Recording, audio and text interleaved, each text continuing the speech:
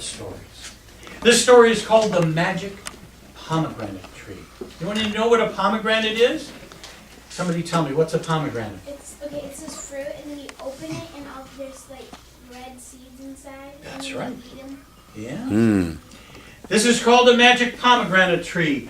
Once upon a time, when the world still believed in magic. There were 3 brothers. Now these 3 brothers loved each other very, very much. They were very close. Now it happened that their father had just passed away. Oh, it's very sad.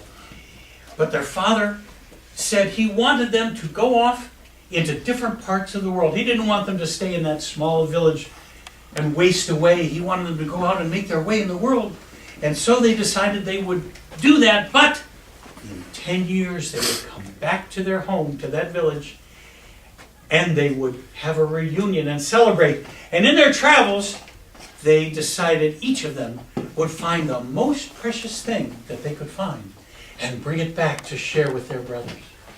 And so that's what they did. Now the oldest brother, he went to the east. He went far off into the east, and he went around. He went all different places into the city. And in fact, he went to a magic show. And there in that magic show, he saw a magician who had a crystal ball. And that magician could look in that crystal ball and see anywhere in the universe. Well, that young man, who was the oldest brother, he went backstage and he said, I must have that crystal ball. It's a wonderful treasure. I must buy it and take it back to my brothers. Well, they haggled and they negotiated back and forth, and he finally bought that crystal ball and he put it in his satchel. And he knew he would save it as a precious gift to bring back and share with his brothers. Now the middle brother, he went to the west. He also went to the cities and the villages. Now one day he was traveling in the marketplace, and they were selling everything. Oh, they were selling olives, and they were selling bread, and there in front of him was a carpet seller. And he stopped and he looked, and way on the bottom of a big stack of carpets was a carpet that was moving. At least he thought it was. Now it was moving, and he said, I want to see that. Well, the carpet seller brought it out, and it was indeed a magic carpet that could fly. And he said, if you get on this magic carpet, you can fly anywhere you want in the world, in the universe. It will take you there instantly.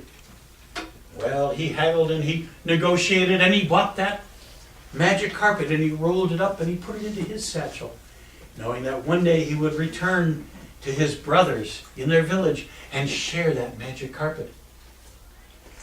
Now the youngest brother, he went to the north. He didn't go to the villages or the cities. He went to the mountains and the forests. Now one day he was walking in the forest, and he came to a big clearing.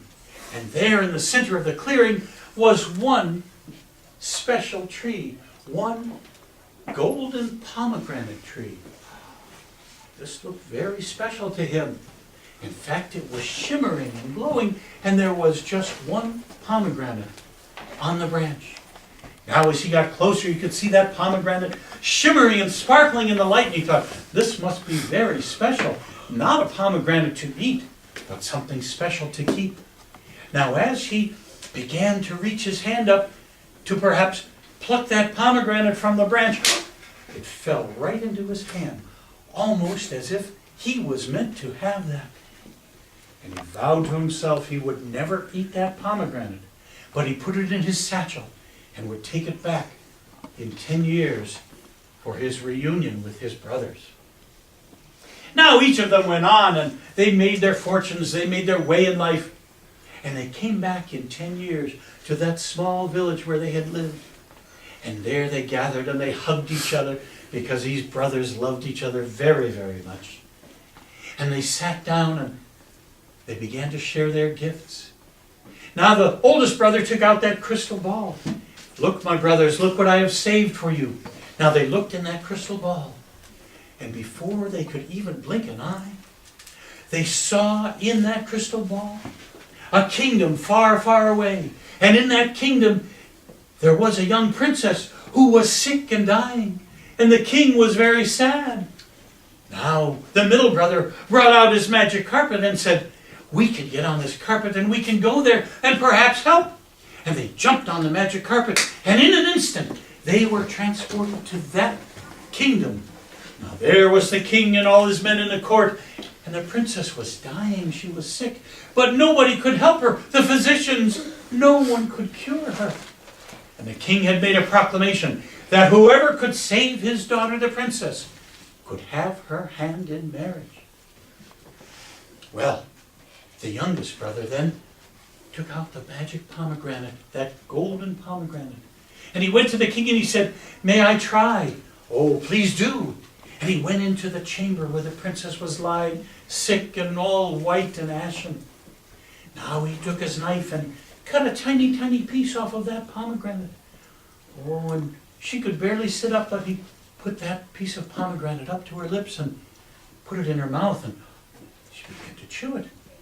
And then he put another one, cut up another piece and put it in there, and she began to chew that and eat that. And with each piece, each bite that she had, color came back to her face. Her eyes opened. She began to smile. She sat up, and with the last piece, she sat up and she spoke. "Oh, thank you. I am well now." Well, now everyone in the kingdom rejoiced. The king said, "Now you will marry my daughter. Which of you brothers shall marry her, because you all had a hand in helping save her?" These brothers could not decide. Now, in some families, brothers and sisters argue for themselves. "I should get this. No, I should get this. No, I'm the oldest. I should get it." How many know that? Yeah. In this family, these brothers argued for each other. "You should have an older brother because you had the crystal ball. We would never have found her." No, you should have her youngest brother because the pomegranate, you had that. No, middle brother, you're the one who should marry her because we wouldn't get her without the magic carpet. They couldn't decide. And so the king let the princess decide. She asked each of them, oh, isn't that wonderful? The princess can now decide. She asked each of them, the oldest brother, "What did you bring and how has it changed?" "Oh, my princess, I brought the crystal ball, but it has not changed." "What did you bring?" to the middle brother. "Oh, I brought the magic carpet, but it has not changed." And to the youngest son, he said, "Oh, my princess, I brought the pomegranate, but it is completely gone because I used it to save you." "Then you have given up the most," she said. "You have given up something precious to you, and you are the one I shall marry." And the brothers decided to stay in that kingdom, and the king decided that the three brothers and his daughter, who was the wisest one he knew in that kingdom, would rule that kingdom with justice and honesty. And they all lived happily ever after. Oh, yeah. That's a good one. That's my first fairy tale I ever learned. My I favorite. like how he did the pomegranate story about how like the brothers all liked each other and they started arguing for each other rather than for themselves. That's a great point. I like that too. They argued for each other rather than against. Good point. What I really liked about when Mark Goldman told the stories, I liked all the stories. I liked the golden pomegranate story because it showed the love between all three brothers and how like they'll like find things and give each other gifts. I like the story about the golden tree, the magical tree of apricot, because pomegranates. Pomegranates. Pomegranates because Pomegranates. Go ahead. Start again. I like the story about the magical tree of pomegranates because it really shared the love of the three brothers and how they will communicate and fight for each other. Thank you.